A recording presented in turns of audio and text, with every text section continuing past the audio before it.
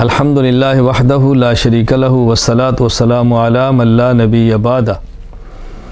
مسافر کو سفر کی حالت میں روزہ نہ رکھنا جائز ہے۔ روزہ رکھ لے تو بہتر ہے، نہ رکھے تو نہ رکھنے کی گنجائش ہے، لیکن یہ وضاحت اچھی طرح سمجھ لیں، یہ اس وقت ہے جب وہ سحری کے وقت حالت سفر میں ہو۔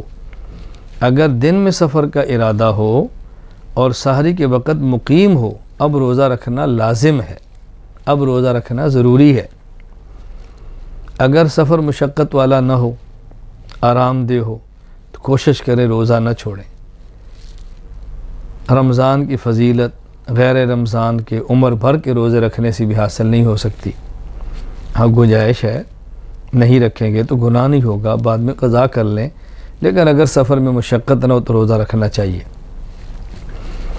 اگر روزہ رکھنے سے مرض کے بڑھ جانے کا خدشہ ہو، مرض کی شدت کا خطرہ ہو تو روزہ نہ رکھیں، قضا کر لیں، اور بعد میں جب صحت یاب ہو تو قضا کر لیں، روزہ چھوڑا جا سکتا ہے۔ روزہ رکھا اور شدید بیمار ہو گئے، روزہ رکھا حادثہ ہو گیا اور زخمی ہو گئے۔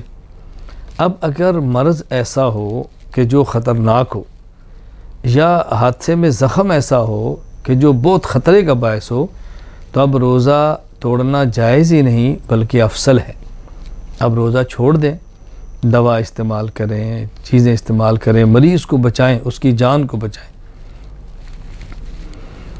حاملہ عورت کو روزہ رکھنے سے اگر نقصان ہو اس کی اپنی جان کو یا پیٹ میں موجود بچے کو، تو اس کے لیے روزہ نہ رکھنا جائز ہے، بعد میں قضا کر لے۔ اسی طرح کوئی عورت کی گود میں بچہ ہے جو دودھ پیتا ہے ماں کا، اور روزہ رکھنے سے اس دودھ کی کمی کی وجہ سے بچے کی جان کو خطرہ ہو، یا روزہ رکھنے سے عورت دودھ پلائے عورت کی جان کو خطرہ ہو بیماری کا، اس حالت میں روزہ چھوڑنا جائز ہے، اور یہ بعد میں اس کی قضا کر لے۔ بآخر دعوانا ان الحمدللہ رب العالمین۔